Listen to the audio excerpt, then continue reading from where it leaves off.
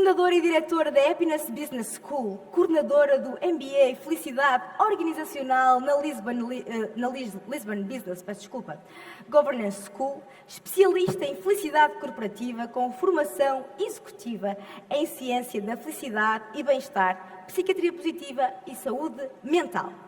Tem hoje um portfólio de clientes em mais de 20 países e ajuda centenas de empresas a criarem de culturas de trabalho mais positivos. Agora sim, uma salva de palmas para a nossa Madalena. O palco é seu. Obrigada.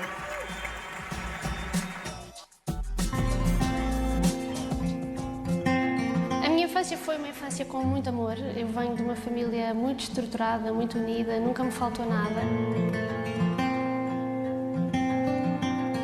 Tive alguns problemas de saúde mental, desde os 10 anos que eu visitei psicólogos, psiquiatras, fui a várias terapias alternativas. Lembro-me de ouvir e de crescer e ouvir especialmente o meu pai e pessoas chegadas a dizerem, a conotarem muito como ela é rebelde, ela tem sempre pensamentos que não fazem sentido nenhum, ou que pensa sempre diferente, ou vai sempre pelo caminho mais difícil.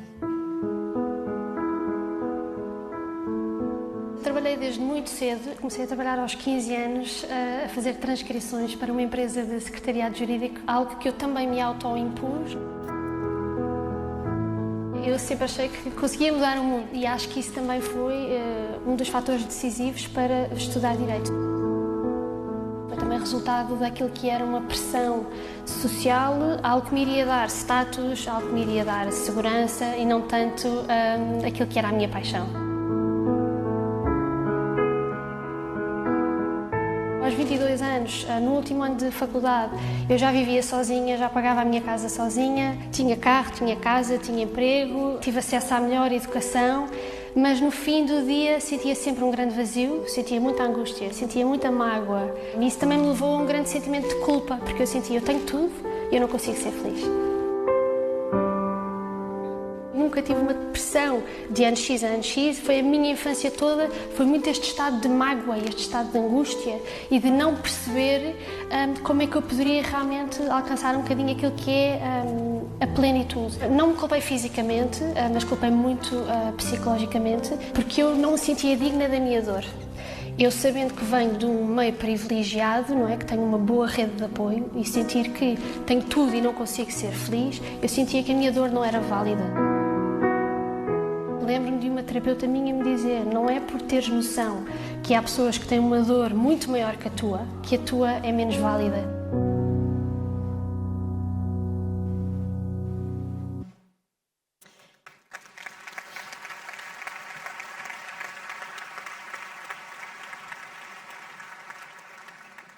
E foi ali por aquela altura, aos 20 e poucos anos de idade, depois de acabar o curso, que senti uma enorme sensação de abismo. E porque tinha um pé de meia, porque trabalhava há muito tempo, olhei para o mapa e disse qual é o sítio mais longe que eu posso ir.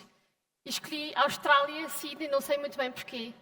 E lembro-me quando lá cheguei e marquei um voo sem volta. Não disse nada a ninguém, só depois é que disse à minha família, aos meus pais. Eu senti só que me precisava de desprender, só de ir, desapegar de algo. E quando lá cheguei senti uma enorme sensação de liberdade. Aquilo que eu senti imediatamente foi, aqui eu posso ser quem eu quiser ser. Desprovida de ruído da opinião dos outros. E a minha vida vai ser aquilo que eu fizer dela. E vai ser o resultado de todas as minhas decisões. E aí eu pensei, há tantos anos a ir a consultas, eu vou tentar fazer por mim. E foi aí que eu comecei, entrei no mercado de trabalho, não sabia na altura o que é que ia bem fazer, mas depois consegui entrar no mercado de trabalho e paralelamente comecei a estudar psicologia positiva, saúde mental, coaching, programação neurolinguística, para eu perceber o que é que se passava aqui dentro, nunca pensando que um dia iria eventualmente ensinar isto às pessoas.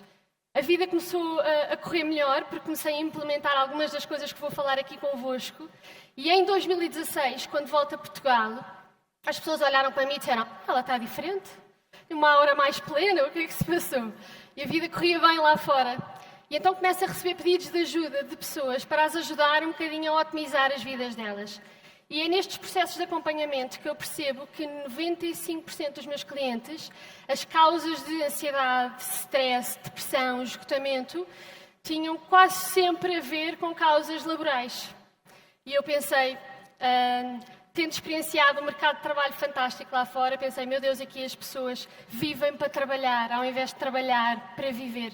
Então eu tenho que trazer um bocadinho para Portugal aquilo que eu experienciei lá fora e ajudar as pessoas a serem mais felizes no local de trabalho, que é onde nós passamos mais de metade do nosso tempo acordados, para conseguirmos trazer mais felicidade para a vida das pessoas.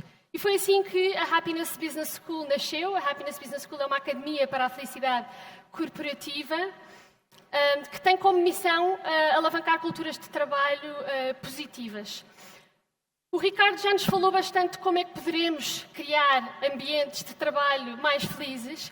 Eu vou trazer um bocadinho aquilo que é o outro lado do espectro. E porquê?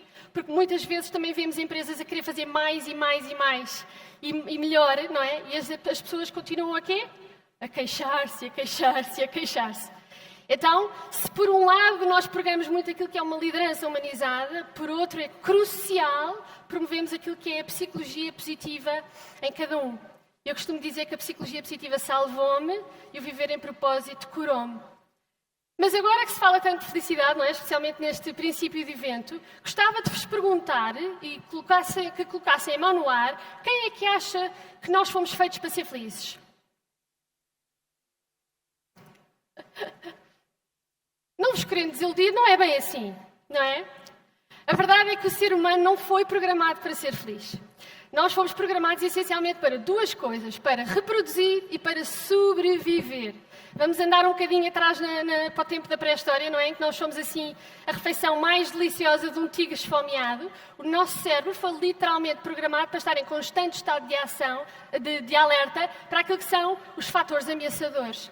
E por isso é que nós, como seres humanos, temos uma tendência tão grande em nos focarmos naquilo que é negativo, ao invés daquilo que é positivo, não é? Isto é um mecanismo de sobrevivência. E porquê que eu digo isto? É muito importante no que toca à felicidade e ao bem-estar, nós percebemos aquilo que são as causas modernas de infelicidade. É crucial nós como indivíduos e nós como líderes percebermos e diagnosticarmos para depois conseguirmos refletir, para depois conseguirmos agir e construir de maneira positiva. E então agora vou-vos falar de outra grande causa de infelicidade moderna. Mas antes de vos falar sobre ela, vou-vos mostrar um vídeo de 50 segundos. Esta é uma experiência conduzida por 2 macacos. Vocês sabem com a relação que nós temos com os macacos, não é? Os nossos antecessores. Então, cada macaco tem que fazer uma tarefa. Tem que dar uma pedra à pessoa que está a conduzir esta experiência. O primeiro macaco dá uma pedra à pessoa que está a conduzir a experiência, faz a tarefa muito bem e recebe um pepino de volta e fica muito contente com o seu pepino. O segundo macaco tem que fazer exatamente a mesma coisa, dá a pedra, faz muito bem e recebe uma uva e fica muito contente com a sua uva. O primeiro macaco tem que fazer tudo outra vez, faz muito bem e recebe um pepino de volta. Mas o primeiro macaco viu que o segundo macaco recebeu uma uva e vocês vão ver a reação. Getting grape and you will see what happens. So she gives a rock to us, that's the task, and we give her a piece of cucumber and she eats it. The other one needs to give a rock to us, and that's what she does. And she gets a grape, and she eats it. The other one sees that, she gives a rock to us now, gets again cucumber.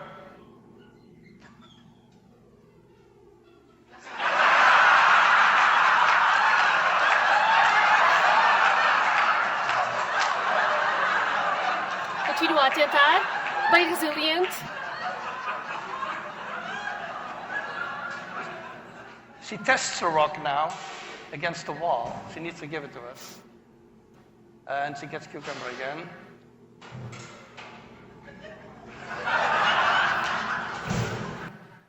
E já não está contente, não é? Então o primeiro macaco estava muito contente com o seu prémio até perceber que o outro macaco recebeu algo diferente. Não melhor, não pior, apenas diferente. Então esta é uma das grandes causas de infelicidade moderna que acontece diariamente também nas nossas organizações, não é? Nós somos uma sociedade que se voltou para fora quando a felicidade vive dentro de nós. E de repente nós achamos que o nosso valor interno depende daquilo que é o nosso salário, daquilo que é o nosso título, daquilo que é o nosso cargo, não é? E achamos sempre que a relva do vizinho é melhor que a nossa, mas não é. Não é? O grande problema é que nós andamos aqui muitas vezes a viver de maneira não autêntica, a tentar atingir os objetivos dos outros, enquanto desrespeitamos os nossos. A tentar corresponder às expectativas dos outros, enquanto defraudamos as nossas. A tentar corresponder e a viver de acordo com os valores dos outros, enquanto desrespeitamos os nossos. E isto não é sustentável. Outro fenómeno, adaptação hedónica. Quem é que aqui já teve uma nova proposta de trabalho, estava assim, muito contente, não é? Muito feliz, amanhã vou trabalhar, daí uns meses, amanhã tenho que ir trabalhar. Sejam honestos. Quem é que aqui já começou uma nova relação pessoal, estava assim bêbado de amor, e daí a uns meses, uns anos, se calhar estar solteira era melhor. É a rotina normal. Eu. O que é que isto quer dizer? Este é um fenómeno experienciado, observado no ser humano e comprovado de que não interessa aquilo que nos acontece na vida. Seja um evento positivo ou um evento negativo, nós vamos voltar sempre àquilo que é a nossa linha base de felicidade. Então nós dizemos assim, quando eu chegar a CEO daquela empresa, é que eu vou ser feliz para sempre. Quando eu receber aquele aumento, é que eu vou ser feliz para sempre. Apenas para voltar cá para baixo. E isto gera cada vez mais frustração, não é? Então, no que toca à felicidade, a pergunta que eu pergunto sempre, não é? Porque andamos sempre à procura do pico e do pico e do pico, é até quando é que vamos estar à procura do pote dourado no fim do arco-íris? Que não existe. No que toca à felicidade e ao bem-estar, nós temos que parar de procurar e começar a encontrar naquilo que nós temos, naquilo que nós somos, aqui e agora, porque o amanhã pode não chegar. E depois temos o anjo e o demónio, que são as redes sociais, a tecnologia, que traz um mundo de oportunidades, mas com isso vem também um enorme mundo de desafios, não é? Que veio promover e fomentar aquilo que é a ditadura da perfeição. Colocar aqui bem nos nossos olhos, não é? Que a relva do vizinho é mesmo mais verde do que a nossa. E de repente nós passamos horas a fazer a curadoria destas vidas perfeitas. Temos que ser experts disto, campeões daquilo, os gurus daquele outro. As empresas têm que faturar cada vez mais, têm que ser as melhores empresas para trabalhar, não é? A ditadura do selo. E depois isto aliado àquilo que é a nova droga do século XXI, que são os ecrãs. 293 bilhões de e-mails são enviados por dia. Vocês devem sentir que caem todos nas vossas inboxes, não é? E depois temos especialmente, cada vez mais premente, nas gerações mais novas, que olham para o telefone a cada 157 vezes por dia. Se nós fizermos as contas e considerarmos que eles dormem 8 horas por dia, isto quer dizer que estamos a olhar para o telefone a cada 3 minutos. Os ecrãs funcionam como a droga. Ativam o nosso centro da recompensa exatamente como a cocaína o faz. Então o que é que acontece nos 3 minutos em que não estamos a ir ao telefone? Estamos naquele período de reabilitação. Ansiosos, estressados, queremos ir ao scroll, queremos fazer refresh. E o que é que isto faz? Isto está a corroer com os nossos níveis de atenção, que corrói, por sua vez, com os nossos níveis de atenção moral e ética. E isto depois impacta tudo aquilo que é as nossas dinâmicas familiares, de equipas e por aí fora. Então a pergunta que eu faço é, estamos mais felizes? Neste mundo frenético, neste pace absolutamente frenético, 70% das pessoas que trabalham estão infelizes. É um resultado de um estudo recente da Gallup Workplace. 76% das pessoas sofrem ou já sofreram um esgotamento e isto atingiu níveis absolutamente avassaladores. E então o que é que andamos aqui? Muito mais do que baratas tontas, nós parecemos mesmo galinhas sem cabeça. Estão a imaginar? Pelas ruas da amargura. Imaginem uma galinha sem cabeça. Nós estamos sempre em estado de reação, ao invés de promovermos aquilo que é um estado de prevenção. Temos que realmente repensar a maneira como operamos, a maneira como trabalhamos. E há bocado o Ricardo falava que o conceito de sucesso está a mudar, não é? Então, se eu vos perguntasse aqui quem é que preferia uma vida cheia de sucesso ou uma vida cheia de significado, o que é que vocês diziam? Sucesso. Significado, viver em significado. Mas já não existe sucesso sem significado, não é? A verdade é que os dois é isso mesmo, é isso que eu vou dizer, não é? conquista desprovida de significado é uma vida vazia. Então, nada contra a ambição, nada contra resultados, acho fantástico, mas temos que combinar, não é?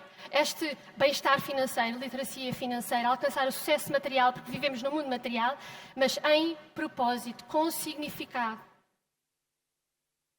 O problema é que falta de significado é a causa número 1 de infelicidade moderna, e fala-se tanto sobre propósito hoje em dia, não é?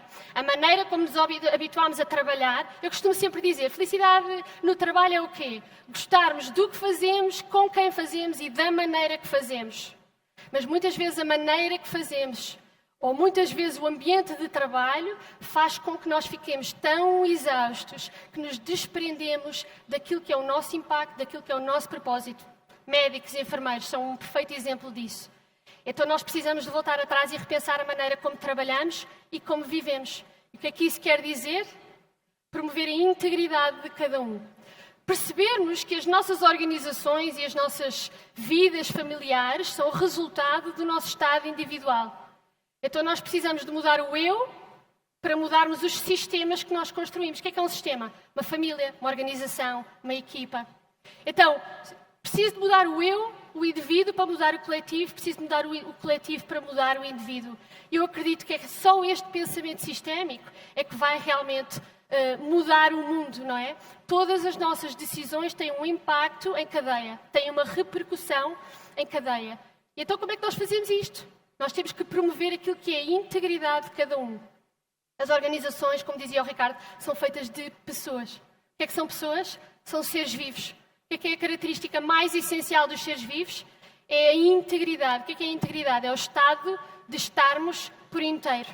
Saúde mental, saúde física, saúde emocional, saúde espiritual, uma não acontece sem a outra e estão todas interligadas. Temos que promover em nós próprios um maior autocuidado, seja na qualidade da nutrição, do exercício, do sono. Mas depois, acima de tudo, garantirmos que nós e as nossas equipas têm as suas necessidades existenciais suprimidas. Isto é, nós somos um ser social. Nós temos uma necessidade de afiliação, de conhecermos a nossa tribo, não é? De nos encaixarmos na nossa tribo, de nos autossuperarmos. Não é estarmos em constante estado de resiliência, porque ninguém consegue manter um constante estado de alta performance, em constante estado de adversidade. Mas sentirmos que, como seres humanos, nos conseguimos superar, enraizarmos-nos no mundo, sentirmos que nos conseguimos envolver na comunidade e termos esse impacto. Acima de tudo, respeitarmos e promovermos aquilo que é a identidade própria e o sistema de valores de cada um. Se isto for corrompido, é como lhes tirarmos o ar que respiramos. Mas então como é que eu faço isto? Não é? Como é que eu promovo isto em mim para depois ser esse exemplo? Trazer-vos aqui a chamada Happiness Pie, a fórmula da felicidade, digamos assim, que foi resultado de décadas de investigação por Sonia Lyubomirsky, que é uma das mais renomadas investigadoras de psicologia nos Estados Unidos da América. E ela chegou à conclusão que há 3 fatores que impactam a nossa felicidade.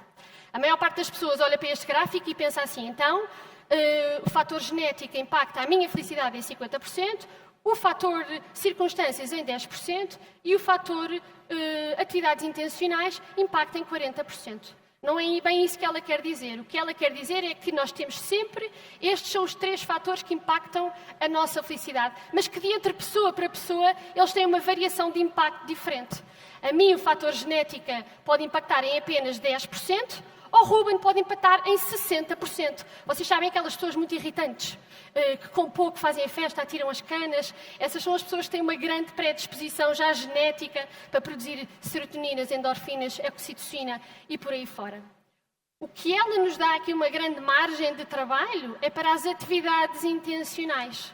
E o que é isto? São práticas, hábitos, rituais que nós podemos implementar na nossa vida que nos vão ajudar a gerar aqui mudanças sistémicas ao nível do córtex pré-frontal que nos vão ajudar a criar substratos mais positivos.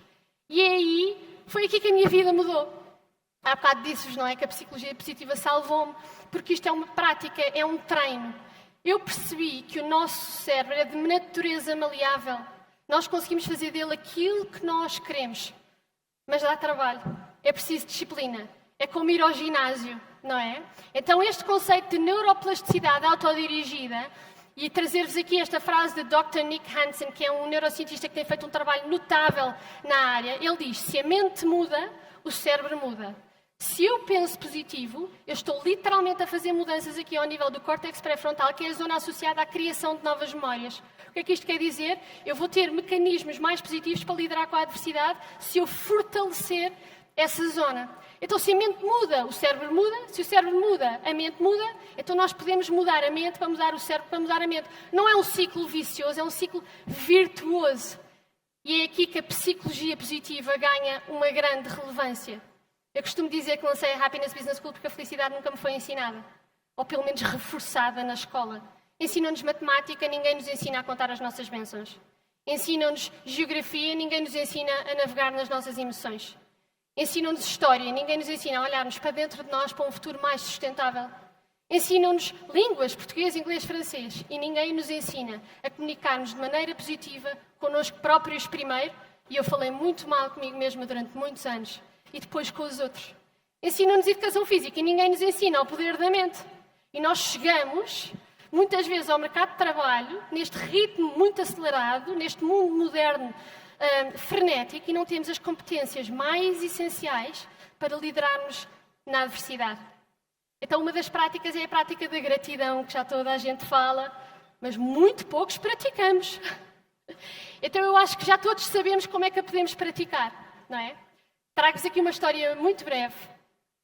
Da Austrália trouxe um marido, 2 filhos, e o meu marido tem uma mãe australiana. Eu nunca contei assim esta história assim, uma aliança assim. E tem um pai indiano. E o meu sogro deixou-nos há pouco tempo. E ele era fruto de uma violação de um militar inglês a uma miúda paupérrima de 15 anos na Índia, em Calcutá. E, fruto desta circunstância, ela não tinha dinheiro para o sustentar. E então deu-o para um orfanato. E ele assim cresceu, até aos 16 anos, no orfanato em Calcutá, na base dos Himalaias. Aos 16 anos, e o orfanato tinha assim 600 crianças, aos 16 anos há um casal de australianos que está a fazer voluntariado na Índia e gostou tanto do meu sogro que patrocinou a sua ida para a Austrália. Ele depois trabalhou, pagou tudo de volta. E aqui também acho que é bonita esta mensagem, não é? Muitas vezes fala-se em propósito e nós achamos que temos de ter assim uma missão megalómana maior que nós próprios, mas tantas vezes nós podemos ter um impacto aqui e agora na vida de uma pessoa. E então, para mim, o meu sogro era o exemplo maior do que é viver em gratidão. Ele todos os dias acordava e dizia: eu sei o que é não ter nada, então tudo o que a vida me oferece hoje é bónus. Ele contava que teve os seus primeiros sapatos aos 8 anos. Sapatos de rapariga, dizia ele. Para jogarem futebol, tinham que fazer aquelas bolas de meias. Muitas vezes ia para a cama com fome. Tinham que lutar pela última colher de arroz. E isto era real, eu convivi com isto todos os dias, não é? Muitas vezes nós dizemos aos nossos filhos: há meninos da Índia que não têm comida. Mas eu tinha esse exemplo em primeira mão, o meu sogro, a dizer ao meu filho: essa sopa que não queres comer era o meu privilégio quando eu tinha a tua idade. Ele a dizer para mim e para o meu marido: esse problema que tens no local de trabalho é o privilégio de muita gente. A última vez que ele nos veio aqui visitar a Portugal, o voo dele estava atrasado. Ele dizia: bolas, as pessoas todas a barafestar. Meu Deus, estão prestes a entrar num dos milagres da vida, que é ir voar. Os nossos problemas, quase sempre, são o privilégio de muita gente. Então habituemo-nos a celebrar as pequenas coisas. Eu costumo dizer, quando nós começamos a contar as nossas bênçãos, de repente tudo o que nós temos é abundância. Quando nós mudamos as lentes pelas quais nós vemos o mundo à nossa volta muda. E isso é uma mentalidade que se constrói. Ambos os otimistas e os pessimistas têm um lugar na sociedade. Um constrói o avião, o outro constrói o paraquedas, e vocês é que decidem em que lugar da história, em que lado da história querem ficar. E depois temos a resiliência, que se fala muito também, não é? Quem é que aqui já perdeu alguém de quem gostava muito? Quem é que aqui já teve um conflito no local de trabalho? Uma má nota no teste? Um desgosto de amor? Lá vem ela. O que é que isto quer dizer? A adversidade não discrimina ninguém. Pessoas resilientes não se perguntam porquê eu. Elas perguntam-se porquê não eu. Temos de parar de romantizar esta vida sem dor. Hoje vivemos numa era em que achamos que qualquer grau de dor ou qualquer grau de insatisfação é uma questão de fracasso pessoal. Os problemas vão acontecer diariamente e nós temos que apenas já estar preparados para eles, não é? Se nós já soubermos que eu estou prestes a enfrentar um dia e eu controlo apenas 5% daquilo que vai acontecer, ajuda-nos também, não é? Nesta questão de, bora, desapegar do que é resolver, relativizar. Vão sempre acontecer e no fim do dia, a maior parte das vezes, o mundo não vai acabar. A atenção plena foi uma das coisas que a mim me ajudou muito. Prestarmos atenção àquilo que são as nossas emoções, àquilo que são os nossos pensamentos, àquilo que são os nossos sentimentos. E uma coisa que me ajudou bastante foi, eu não sou o que eu sinto, eu não sou o que eu penso. Muitas vezes carregamos isso no peito, não é? Especialmente em situações mais difíceis. Então tentarmos, não é? Quando as coisas ficam difíceis, desapegarmos, trazermos isso do peito aqui mais para a frente. Eu vejo. E há uma pergunta que eu comecei a fazer. Nesta situação difícil, eu quero construir ou eu quero destruir? Porque eu não controlo o que eu sinto, mas eu não sou isso. Eu controlo a minha resposta. Então, nas nossas organizações, antes de enviarmos aquele e-mail, sabem? Conforme já disse 1000 vezes, pau! Ups, recall. Pensarmos, eu quero construir ou eu quero destruir? Acima de tudo também, largarmos a ditadura do multitasking. Não serve ninguém. Largarmos esta coisa das galinhas sem cabeça, fazemos 1001 coisas ao mesmo tempo. Não. Estudos revelam que isso não é produtivo. Nós demoramos mais ou menos 25 minutos a recuperar o pico do nosso foco quando estamos de tarefa para tarefa. Então, naquilo que fazem, estejam inteiros. Naquilo que fazem, façam, estejam plenos. E isto vai-vos ajudar também um bocadinho a perceber aquilo que é essencial fazermos ou não. Eu costumo sempre dizer, nós podemos trabalhar muito, mas nós não temos que estar sempre em esforço. Então percebam quais é que são as vossas valências, quais é que são as valências da vossa equipa, e percebemos, se calhar, eu não fui talhado para isto. Eu acredito que nós somos 8 bilhões de pessoas no planeta, cada um com uma missão, talentos e valências diferentes. Para quê? Para que em conjunto consigamos dar as mãos e resolver os maiores problemas da humanidade em conjunto. Então vamos ajudar as pessoas a fazer esse match de onde é que elas conseguem melhorar a sua performance, porque isto impacta aquilo que é o seu bem-estar. E depois já se falou muito de propósito. Contar-vos uma história também muito breve. Nós temos uma certificação intensiva de 4 dias e houve um dia que chegou lá uma senhora e descrevia aquilo que era uma cultura tóxica daquelas que nós queremos sair dali para fora, a 7 pés. E no primeiro dia, mas ela por motivos pessoais, ela não se podia despedir. E ao fim de alguns dias, nós a desconstruir alguns conceitos, no último dia ela chegou e disse assim, eu descobri o propósito para esta fase da minha vida, que é ser a luz daquele lugar. E eu achei maravilhoso. Nós muitas vezes estamos à espera que nos venham salvar, mas muitas vezes esta motivação intrínseca pode sair de nós, e só de nós. E essa é a nossa responsabilidade. E depois algo, caminhamos para o fim, algo que me ajudou bastante foi a desapegar-me daquilo que me pesava, a mim. Na minha organização, desapegar daquilo que são os processos que já não fazem sentido. Reestruturar processos, resolver pontos de dor. Aquela coisa do, porque sempre fizemos assim. Desapegar de sistemas de crenças que já não nos servem. De mentalidades, de pensamentos. Desapegar. Deixar ir o velho para que o novo possa entrar. A responsabilidade de uma empresa é fazer com que o ambiente seja propício ao florescimento. A responsabilidade individual é de cada um. Então trazer-vos aqui uma história, uma mini história, daquilo que é o nosso papel na construção da felicidade organizacional. Havia uma importante tarefa para fazer, vamos pensar, que é esta construção de uma cultura positiva. E esta é uma história sobre 4 pessoas. Alguém, qualquer um, todos e ninguém. Havia uma importante tarefa para fazer e todos tinham a certeza que alguém o faria.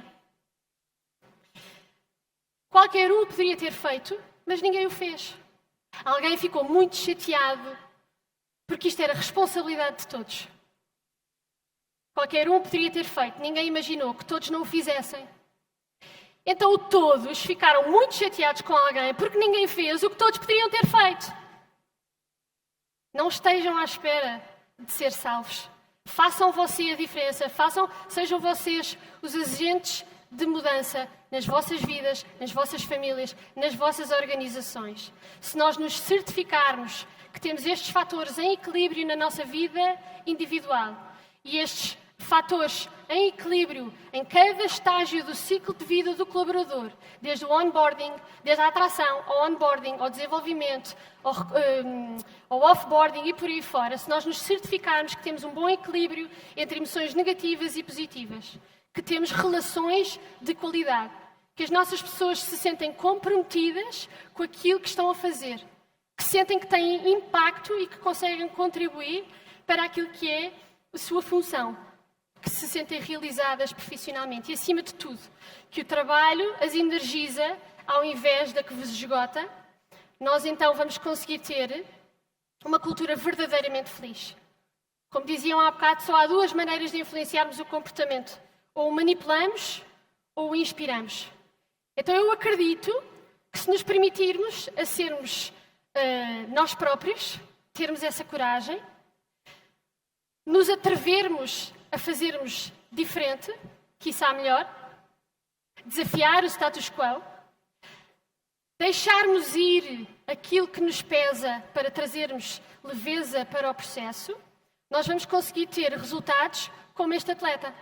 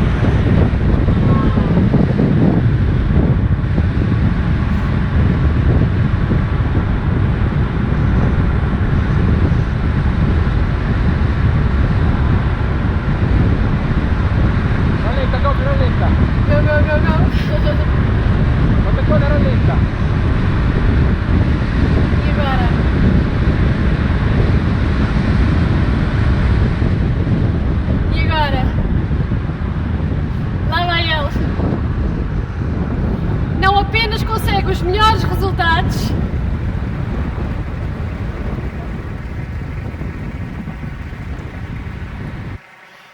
não apenas consegue os melhores resultados, ainda viram uma trend, não é? Portanto, vão querer ser todos como vocês. Para acabar, porque isto já é assim a minha maneira, quase assinatura de sair de palco, eu quando comecei a Happiness Business School eu era nova, ainda sou, mulher, também sou, e estava a falar em felicidade no trabalho, num mundo essencialmente muito conservador e muito tradicional, e toda a gente disse esse conceito não vai funcionar. O conceito da Happiness Business School não vai funcionar. Nós hoje temos consultores em 9 países, clientes e alunos em mais de 25, e isto tudo porque eu nos momentos difíceis, e houve muitos momentos difíceis, eu me agarrei a esta frase de John Lennon. Na escola disseram-me que o que é que eu queria ser, perguntaram-me o que é que eu queria ser quando eu crescesse. Eu disse feliz. Eles disseram-me que eu não entendia a tarefa. E eu disse-lhes que eles não entendiam a vida. E vocês sabem aquela música do Imagine? Imagine. Então vá, juntem-se a mim. Imagine. Mais alto. Braços no ar.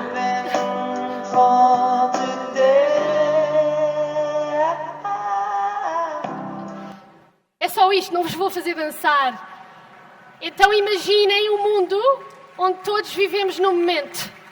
Imaginem um mundo onde todos vivemos em paz. Imaginem um mundo onde todos nos juntamos para criar um planeta mais feliz. Foi isso que acabámos de fazer. Obrigada.